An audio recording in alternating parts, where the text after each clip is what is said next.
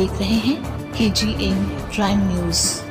बोरगावचे सुपुत्र, ज्येष्ठ नेते, सहकार महर्षी, सहकार रत्न, अरिहंत परिवाराचे सर्वेसर्वा, दक्षिण भारत जैन सभेचे अध्यक्ष, आदरणीय स्वर्गवासी श्री रावसाहेब अण्णासाहेब पाटील दादा यांचे आज मंगळवार दिनांक 25 जून 2024 रोजी सकाळी 10:40 वृद्धपकाळाने दुःखद निधन झाले।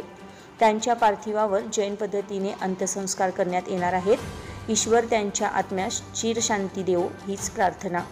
आमच्या KGN न्यूज चॅनलकडून भावपूर्ण श्रद्धांजली।